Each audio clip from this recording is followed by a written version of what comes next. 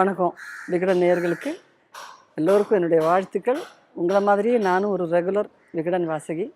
இல்லை, எப்போவுமே என்னுடைய ஆசையில் வந்து நானாகட்டும், என்னுடைய மூத்த சிஸ்டர் கலாரஞ்சினி ஆகட்டும், எங்கள் அம்மா ஆகட்டும், எங்கேயாவது டூரு போகலான்னா ஒரு ஃபாரின் பிளேஸ் மனசுக்குள்ளே எங்களுக்கு வரவே வராது.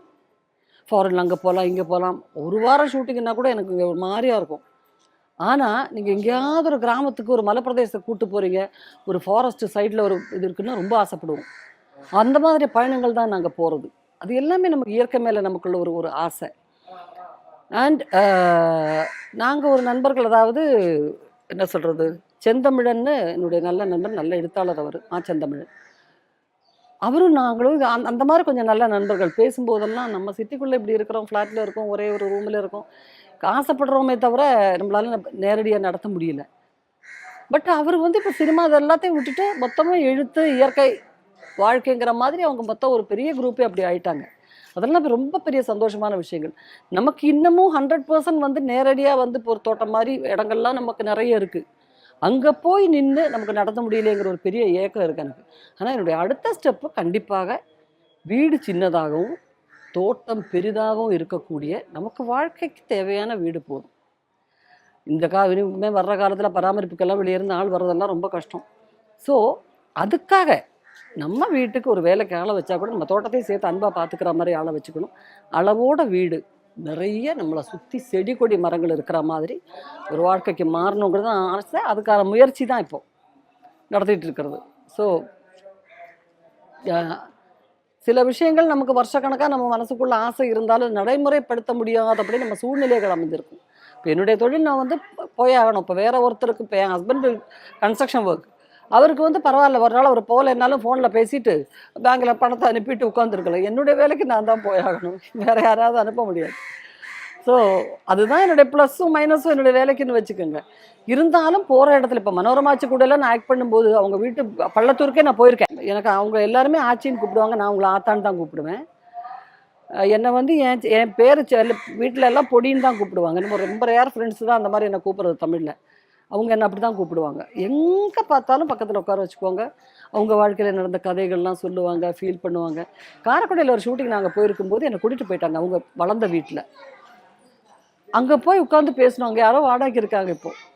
அப்போது அவங்கக்கிட்ட இருந்து நிறைய விஷயங்கள் தெரிஞ்சுக்கிட்டேன். அவங்க எங்கே ஷூட்டிங்கில் வெளியூரில் எங்கே போனாலும், இல்லை கொஞ்சம் சிட்டி லிமிட்டை விட்டு இந்த படப்பை அந்த மாதிரிலாம் இடத்துக்கு போனால், வா பொடி நம்ம சுற்றி போய் பார்க்கலாம், ஏதாவது செடி இருக்கான்னு பார்ப்போம். அப்படியே போனால் அந்த எலுமிச்சை இருக்கும். எலுமிச்சையில் ஒரு 10 இலை பறிப்பாங்க. பக்கத்தில் இருக்கிறவங்ககிட்ட, சுகுணா அங்கே வா, இதை எடுத்துகிட்டு போய் லைட்டாக பிளாக் டீ போட்டு இறக்குறப்ப இந்த இலையை பிச்சு அதில் போட்டு கொஞ்சம் நேரம் மூடி வச்சுட்டு எங்களுக்கு கொண்டாந்து கொடு அப்படின்வாங்க. அவ்வளோ வாசனையாக இருக்கும். நான் இப்போவும் அதை போடுறேன்.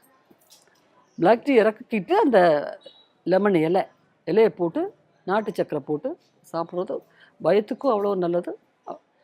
அதே மாதிரி குப்பாமணி கீரை, அது நம்ம என்னென்னா உடம்புல ஏதாவது அலர்ஜி மாதிரி சொறி மாதிரி வந்ததுன்னா மஞ்சள் போட்டு அரைச்சி அதை பூசுவோம். அதுதான் எனக்கு தெரியும். பட் இவங்க எப்படின்னா அந்த கீரையை வேரோடு பறித்து எடுத்துகிட்டு வந்து கழுவி இந்த வேறு வரைக்கும் கிள்ளி போட்டு, மீதி எல்லாம் கிள்ளி போட்டு நல்லெண்ணெயில் தாளித்து சாப்பிடுவாங்க. நீ சாப்பிட 2 பிடி, வயிற்றில் இருக்கிற தேவையில்லாத புழு பூச்சிலாம் போய்டுவாங்க. இப்படி சில விஷயங்கள் நம்ம கூட இருந்த ரொம்ப ரேரான ஆட்கள். அது நான் கற்றுக்கிட்டேன் நான். ஸோ அவங்க ரொம்ப அதை பின்பற்றுவாங்க.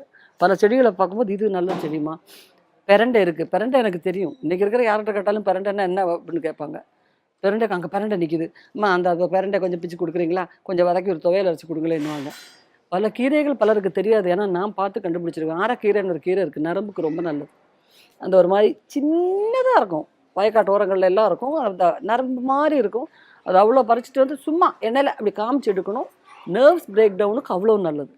இது என் கூடவே வேலை செஞ்சுட்டு இருந்த ஒரு அம்மா, 70 வயசில் பெரியவங்க, அவங்க எனக்கு சொல்லிக் கொடுப்பாங்க. கான்ஸ்டிபேஷன் இருக்கிறவங்களுக்கு கொடுக்கறதுக்கு ஒரு கீரை இருக்குது. இது இயற்கை நமக்கு எல்லாமே கொடுத்துருக்கு ஆனந்தராஜ். நம்ம தான் அதை தெரிஞ்சுக்க தெரியல. இங்கிலீஷ் பேராசெட்டமால் தெரியுது, நம்ம சொல்லக்கூடாது, அவங்களுக்கு தப்பு சொல்ல. அது நமக்கு வேணும். ஏன்னா ஒரு சர்ஜரியோ ஒரு அர்ஜென்ட் இதுக்கோ நமக்கு வந்து அலோபதி தான் முக்கியம். ஆனால் இந்த இயற்கை வாழ்க்கையை நம்ம மறந்துடக்கூடாது. ஒரு அர்ஜென்ட் ஆபத்துக்கு நம்ம எடுக்கிறோம் இல்லையா?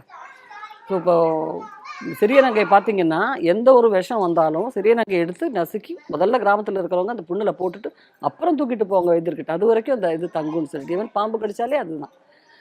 அது அந்த மாதிரி பல விஷயங்களை நம்ம தெரிஞ்சுக்கிட்டு இதெல்லாம் தெரிஞ்சுக்கணும்னு சொல்கிறதுக்கு காரணம் என்னன்னு கேட்டிங்கன்னா, இனிமேல் உள்ள வாழ்க்கையில் நீங்கள் வலுக்கட்டாயமாக தெரிஞ்சுக்கணும். கொரோனா வரும்னு நம்ம நினச்சோமா? அதில் நிலவே எந்த மருந்தும் அதுக்கு இல்லைன்னு நிலவேம்பு கஷாயத்துக்கும் கபசுர குடிநீருக்கும் போயிட்டோம். நம்ம அப்படி தான் போயிடுவோம். நம்ம உயிருங்கிறது முக்கியமாக படுது.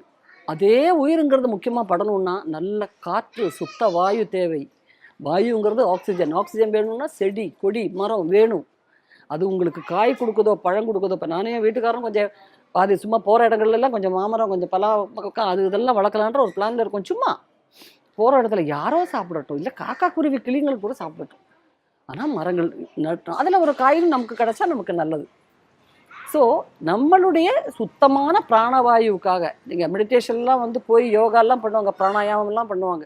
நீங்கள் பிராணம் நமக்கு கொடுக்குது அது. இப்போ நம்ம பசங்க நம்ம வளர்த்தா கூட கூடப்பிறப்பாகட்டும் நம்ம பசங்களாகட்டும் எனக்கு அது கொடு, அதை வாங்கி கொடு அப்படிலாம் கேள்வி கேட்பாங்க. மரம் எதுவுமே கேட்காது. அதுக்கு உயிர் இருக்குது. எத்தனை தலைமுறை வரைக்கும் அது நம்மளை காப்பாற்றும். அது பூக்கும் காய்க்கும் கனிகளை கொடுக்கும். அது எல்லாமே நமக்கு ஹெல்ப்பும் நல்லதுன்னு தான் செய்யுது. கடைசியில் மரமானதுக்கப்புறம் விறகாவது நம்ம பிரயோஜனப்படுத்துவாங்க இல்லையா? மரத்தை நம்மளுக்கு என்ன பிரயோஜனம்? எரிக்கிறதுக்கு மட்டும்தான் யூஸு. ஸோ இது ரொம்ப ரொம்ப ஆழத்தில் வேரூன்றப்பட வேண்டிய ஒரு ஒரு விஷயம். மரங்களும் செடிகளும் ஒரு இயற்கை வாழ்க்கைக்கு நம்ம கட்டுப்பட்டுங்கிறது இல்லை, அதை நேசித்து தான் வாழணும் இனிமே உள்ள காலம். அது வாழ்ந்தாவே நம்ம இயற்கை நம்மளை சதி பண்ணவே பண்ணாது. ஸோ அது என்னுடைய ரிக்வெஸ்ட் வந்து நீங்கள் எல்லாரும் குழந்தைங்களே கூட்டிகிட்டு போய், இப்போ என் பையன் அவன் ஒரு செடி வச்சான்னு சொன்னால் டெய்லி அதை வந்து பார்த்துட்டு அது எப்போ பூக்கும், அது எத்தனை நாள் அது காய்க்கும், இந்த கேள்வியெல்லாம் கேட்கும். அதுங்களுக்கு அது இன்ட்ரெஸ்ட் வரும். ஸோ ஸ்கூல்லையும் சரி எல்லாம் ஒரு செடியை எடுத்துகிட்டு வாங்க. லாக்டவுன் முடிஞ்சு நல்லபடியாக எவ்வளோ சீக்கிரத்தில் ஸ்கூல் திறக்கிறீங்களோ, ஸ்கூலெல்லாம் திறந்துருக்கணும். குழந்தைங்களுக்கு சொல்லிக் கொடுக்க வேண்டியது டீச்சர்ஸ் ஆகட்டும், ஸ்கூல் நிறுவனத்தாராகட்டும், வீட்டிலேருந்து நல்ல ஒரு விதை செடி கொண்டு வாங்க. இல்லை நீங்களே கொடுங்க. இந்த செடியை வளர்த்து இதில் இருக்கிற காயாகட்டும் கனியாகட்டும் பூவாகட்டும் நீ கொண்டு வந்து காமிக்கணும்னு குழந்தைங்களுக்குள்ளே இதை வளர்க்கக்கூடிய ஒரு ஆர்வத்தை நீங்கள் க்ரியேட் பண்ணுங்கள். இல்லை ஸ்கூல் காம்பவுண்ட்லேயே வளர்க்க சொல்லுங்கள். இது இந்த பையன் மரம், இது உங்களோடது பேர் எழுதி விட்டு, அப்போ இது அது ஏன் மரம், இப்போ என் தாத்தா வச்ச மரம்னு நான் ஒரு மரத்தை சொல்கிறேன். அவர் இறந்து எத்தனையோ வருஷம் ஆச்சு, இருந்தாலும் அந்த பேர் ஞாபகம் வருதில்லை நம்மளுக்கு.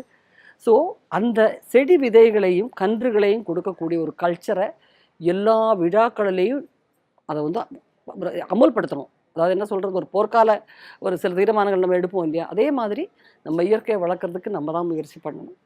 இப்போ வெளியூர் போனால் பார்த்துக்கிறது கஷ்டம்தான். ஆனாலும் இப்போ என் வீட்டில் வேலை செய்கிறவங்க எல்லாருக்குமே தெரியும், எனக்கும் என் ஹஸ்பண்டுக்கும் இதெல்லாம் பராமரிக்கிறதுல ஆர்வம் அதிகம்னு. கம்பல்சரியாக அது தண்ணி ஊற்ற வேண்டிய 2 பேருக்கும் உச்சி வெயிலில் தண்ணி ஊற்றக்கூடாது. வெயில் மேலே வர்றதுக்கு முன்னாடி காலையில் இருந்தாலும் ஊற்றணும், சாயங்காலமாக இருந்தாலும் தண்ணி ஊற்றிட்டு போகணும். சில செடிகளுக்கு அதிகமாக ஊற்றணும், சிலதுக்கு கம்மியாக தான் ஊற்றணும். இதெல்லாமே பின்பற்றுவோம். என் ஹஸ்பண்டும் தொடர்ந்து அதெல்லாம் பார்த்துட்டு வருவார். நான் சென்னையில் ஷூட்டிங்கில் இருந்தாலும் சரி, ஷூட்டிங் இல்லாமல் வீட்டில் இருந்தாலும் சரி கரெக்டாக பார்ப்பேன். ஏன்னா ஒரு கீரை அது இவ்வளோ நாளைக்குள்ளே காய்க்கும்னு எனக்கு தெரியும். அதே இன்னும் அது அந்த கீரை வந்து இன்னும் வளராமல் இருக்குது, என்ன ஆச்சு அதில் நான் விசாரிப்பேன். ஸோ இது இப்படி தான் நடக்கும் நமக்கு. இப்போ என் குழந்தைங்கள நான் எப்படி பார்த்துக்கிறேன், வேலைக்கும் போய் என் குழந்தைய நல்லா பார்த்துக்கிறேன். அதே மாதிரி தான் எல்லா விஷயமும் அதே மாதிரி தான். நமக்கு அதுக்காக அது நேரம் இல்லை, நம்ம இதை விட்டுட்டு வளர்த்துட்டு போகிறது எப்படி வளரும்? ஓரளவுக்கு நம்ம பராமரிப்பு கரெக்டாக இருந்தாவே நல்லபடியாக வந்துடும். ஆனால் நம்மளுடைய முயற்சி தான் அது முக்கியம். இல்லை நமக்கு ரசாயன உரங்களை போடுவதற்கான ஐடியாவே கிடையாது. எப்படி இருந்தாலும் நம்ம இயற்கையாக நம்ம நல்ல உரம் தான் போட்டுக்கிட்டு வரணும். அந்த உரத்தில் கிடைக்கிறது எதுவாக இருந்தாலும் அதை சமைச்சு சாப்பிட்றது சுத்தமானது. இன்னும் சொல்லப்போனால் ஒரு கத்திரிக்காயிலையோ ஒரு வெண்டைக்காயிலையோ உள்ள புழு இருந்தால் நான் ரொம்ப சந்தோஷப்படுவேன். அப்பா எந்த கவிகளும் உள்ளே போலப்பா, புழு உயிரோடு இருக்குன்னு. ஏன்னா ஈ மொச்சிட்டு இருக்கிற பலகாரங்கள்லாம் சாப்பிடக்கூடாதுன்னு அப்பெல்லாம் சொல்லுவாங்க, நல்லா பேக்கெட்டில் போட்டதுவாங்க.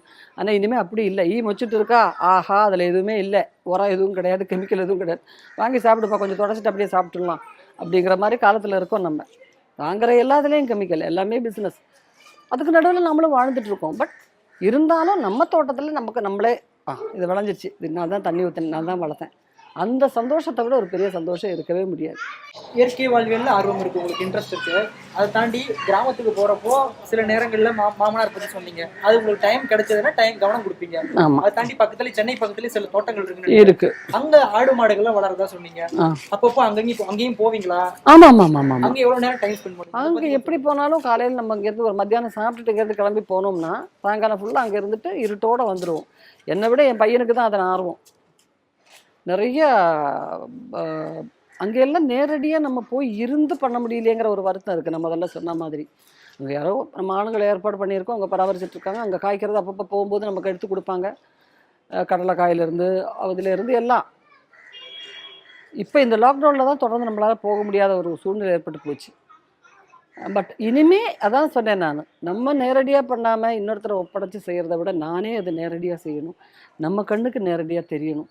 அதுக்காகவே இனி அடுத்த உள்ள ஸ்டெப்புன்னு சொல்கிறது அந்த மாதிரி வீடு அளவு சிறியதாகவும் காம்பவுண்டு பெருசாக பெரிய அளவில் நமக்கு இருக்க தோட்டம் இருக்கணும்.